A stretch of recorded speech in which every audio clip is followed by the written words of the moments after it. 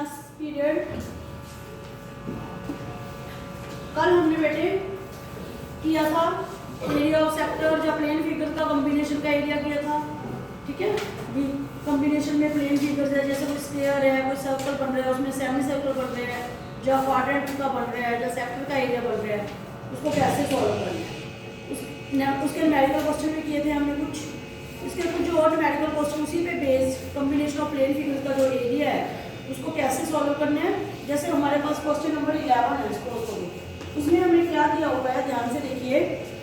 On a square handkerchief means आपके पास एक रुमाल है बेटा, स्क्वायर शेप में, स्क्वायर शेप में एक हैंकी दिया हुआ है।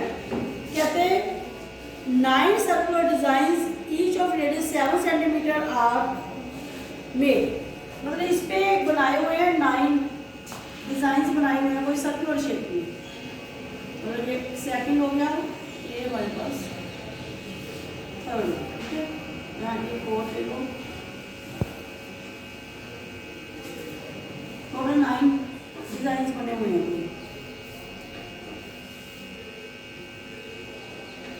सर्कुलर शेप, जिसका हर एक जो भी सर्कल है उसका रेडियस हमें कितना दिया हुआ है,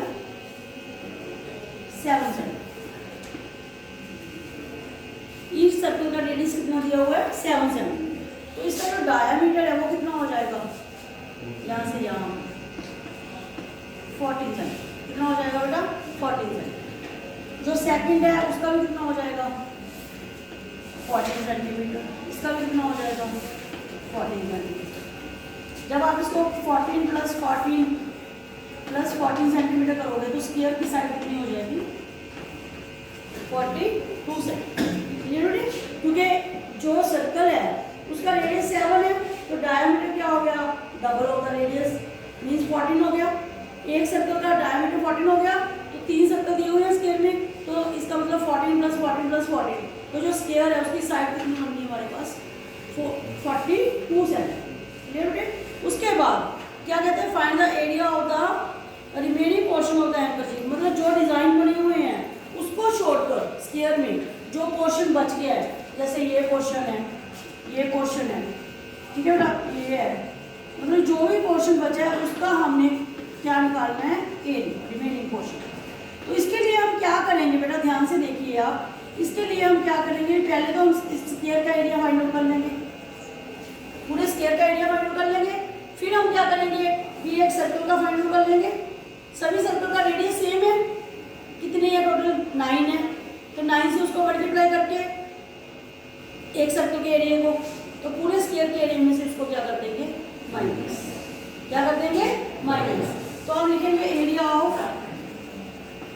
शेडेड रीजन, क्योंकि हमने तो शेड ही कर दिया ना, तो इसको हम शेडेड रीजन लिख सकते हैं। शेडेड रीजन का क्या आएगा, area of square minus 9 multiply area of circle, ठीक है बेटा। इसको आप सॉल्व कर लेंगे। इसी एरिया ऑफ स्क्वायर क्या होता है, साइड इंटू साइड, साइड कितनी होगी 42 इंटू 42 माइनस 9, क्योंकि 9 सर्कल थे, इसका एरिया कितना होता है पाई आर स्क्वायर, पाई की वैल्यू कितनी होगी 22/7, आर स्क्वायर का मतलब रेडियस कितना था 7, तो 7 का स्क्वायर। इसको आप मल्टीप्लाई कर लो 42 को 42 से, 2 2 या 4, 2 4 जा 8, 4 2 जा 8, 4 4 जा 16, 4 6 7, तो ये आ गया 1764 माइनस, इसमें एक 7 कैंसिल हो गया, ये बन गया हमारे पास 198।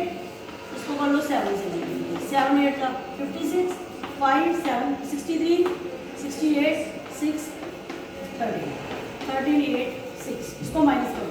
14 में से 6 गए 8, यहाँ रह गए 15, 15 में से 8 गए 7, यहाँ रह गए 6।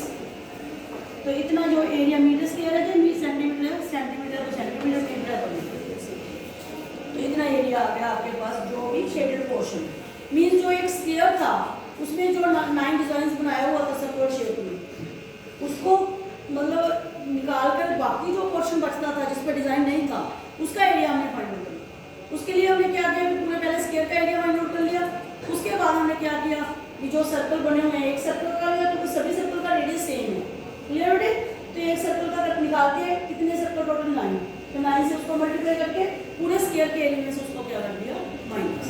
तो आपके पास रिक्वायर्ड एरिया जो है फाइंड। इज दैट क्लियर बेटा to all of you? Clear? Any problem? Next question देख लो, एक क्वेश्चन और ले लो आप। जैसे मान लो हमारे पास है क्वेश्चन नंबर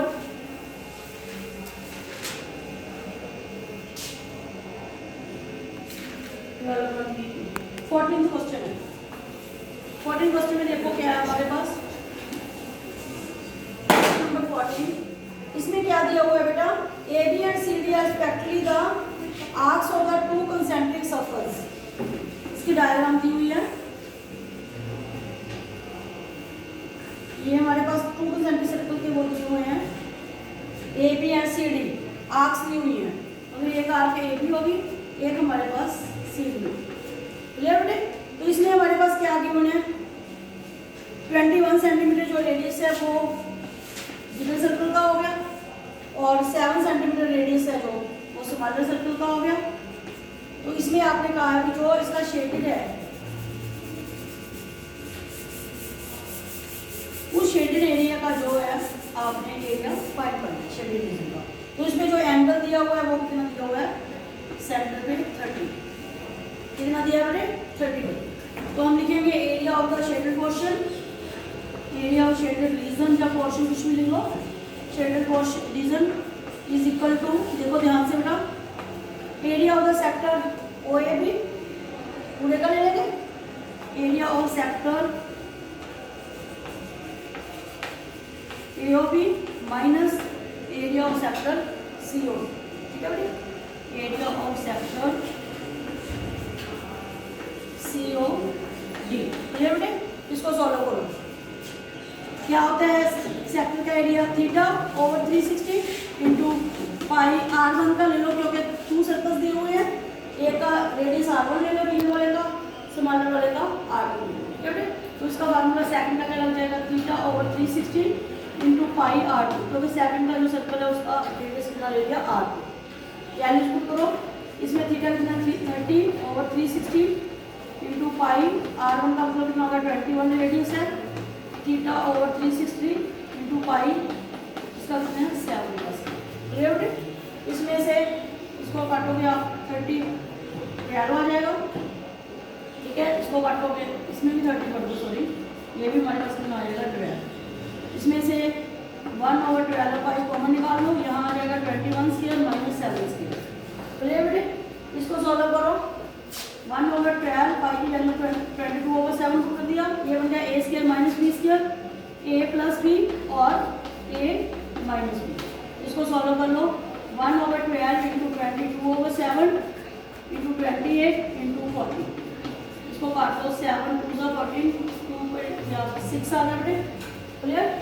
इसको काटोगे 3 आ गया, इसको काटोगे 11, 11 88 8 22 30 300 over 3। ठीक है? तो इतना सेंटीमीटर स्क्वायर है जो हमारे पास शेडेड पोर्शन का एरिया है। इज दैट क्लियर बेटा? तो ये प्लेन फिगर्स का जो एरिया निकालना है हमने कॉम्बिनेशन में। ठीक है, कोई सेक्टर दिया है, कोई रेक्टेंगल दिया है, कोई स्क्वायर दिया है, कोई उसमें सर्कल दिया है, कोई सेमी सर्कल दिया है, तो इस वजह से आपने फार्मूला यूज करके ठीक है फाइंड आउट